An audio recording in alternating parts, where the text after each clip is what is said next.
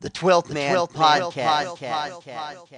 Let's talk sports with Coach Dub. The 12th Man Podcast.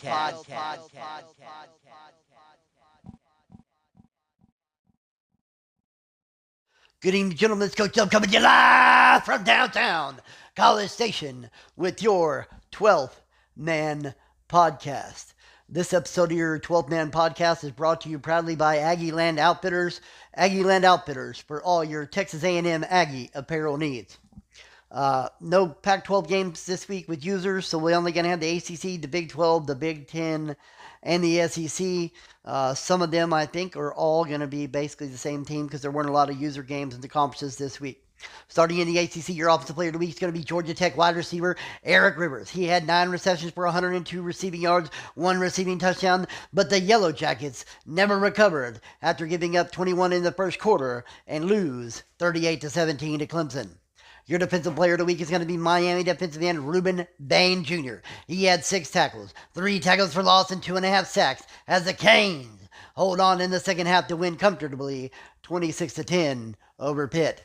And your ouch performance of the week is going to go to Georgia Tech running back Jamal Haynes. He only had 9 carries for 3 rushing yards, and he averaged 0.3 yards a carry, and that will earn Georgia Tech running back Jamal Haynes your ouch performance of the week in the ACC.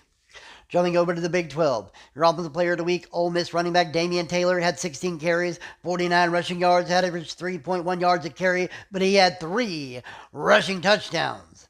And your defensive player of the week, Ole Miss strong safety Wyatt Williams Jr. He had 9 tackles in a tightly contested game where defense was key and every tackle mattered as the Rebels squeak out a 28-26 win over Kansas State.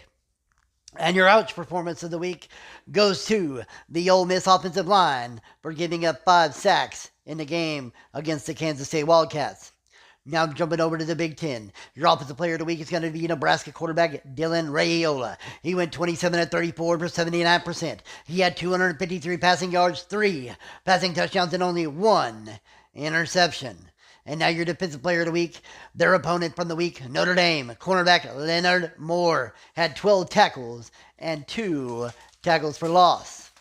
And your ouch performance of the week in the Big Ten goes to Notre Dame quarterback C.J. Carr, who went 15-28 for only 53%, threw for 203 passing yards and 1 touchdown. But he also threw 3 interceptions, which doomed the Irish, who get pummeled by the Cornhuskers 32-13.